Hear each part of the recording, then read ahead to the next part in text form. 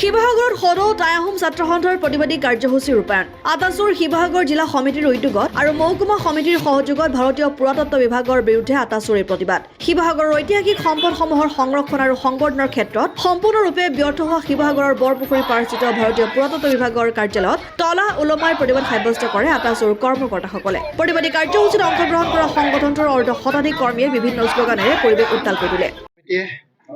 পুৰাতত্ব বিভাগত অসম চৰকাৰ তথা শিৱসাগৰ প্ৰশাসন আমি দাবী জনাই আহিছিলোঁ। শিৱসাগৰত থকা পৌৰাণিক কীৰ্তিচিহ্নবোৰ সংৰক্ষণ কৰা তাৰ ক্ষেত্ৰত আমি প্ৰত্যেকবাৰে দাবী জনাই আহিছোঁ। যমুনাখন বেদখলমুক্ত কৰিব লাগে, তলাতল ঘৰ বেদখলমুক্ত কৰিব লাগে, কিন্তু এই ক্ষেত্ৰত প্ৰশাসনে কিন্তু কোনো গুৰুত্ব দি প্ৰদান কৰা নাই। যিটো প্ৰশাসনীয় যিটো পুৰাতত্ব বিভাগ আছে শিৱসাগৰত, এইটো এটা অকৰ্মণ্য বিভাগ।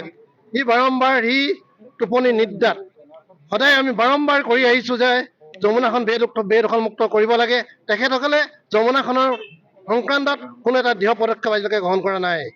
যিহেতু আমাৰ ঐতিহাসিক তলাতল ঘৰ আছে, আপোনালোকে দেখিছে, য'ত গোলাঘৰৰ সন্মুখত এডোখৰ মাটি বেদখলমুক্ত কৰি বেদখল কৰি তাত এটা মাটি ফিল আপ কৰি যিটো আমাৰ গোলাঘৰৰ এটা সংকটলৈ আনি আহি আছে। গতিকে আমি সদৌ টাইম ছাত্ৰ সন্থাই আমি বাৰম্বাৰ দাবী জনাই আহিছোঁ যে সেই ঐতিহাসিক তলাতল ঘৰ বেদখলমুক্ত কৰি যাতে আমাৰ ঐতিহ্যসমূহ সম্পদসমূহ ৰক্ষা কৰিবৰ কাৰণে আমি সদৌ শেষত আমি জনাই আহিছোঁ। কিন্তু আজিলৈকে সদৌ টাইম ছাত্ৰৰ মজিয়াৰ পৰা তেখেতসকলে আমাক কোনো সঁহাৰি জনোৱা নাই, প্ৰশাসনে কোনো সঁহাৰি জনোৱা নাই।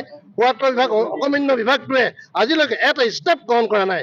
আৰু তাৰ কাষতে আছে আমাৰ জয়াগড় পুখুৰী, য'ত জয়মতী স্মৃতি বিজড়িত হৈ আছে, আপোনালোক সকলোৱে জানে। কিন্তু তাত এজন হাজৰিকা নামে উপাধি এজন ব্যক্তিয়ে তাত ব্যৱসায় চলাই আছে, তাত ফ্ল'ৰ সৃষ্টি কৰিছে, য'ত আমাৰ মহাৰাণী জয়মতীক অপমান কৰা হৈছে। এই ক্ষেত্ৰত সদৌ টাইম ছাত্ৰ সন্থাৰ পৰিয়ালক আমি সকীয়াই দিছোঁ। অনাগত দিনত যদি চৰকাৰে এই ক্ষেত্ৰত কোনো বিহিত ব্যৱস্থা গ্ৰহণ নকৰে, সদৌ টাইম ছাত্ৰলৈ আমি সদায় সকলো একত্ৰিত হৈ এটা যুদ্ধংদেহী মনোভাৱে আমি সকলোকে উচ্ছেদ কৰিবলৈ বাধ্য হ'ম। শিৱসাগৰৰ পৰা ছৈয়দ মুস্তাকুৰ ৰহমানৰ ৰিপৰ্ট, অসম আদিত্য।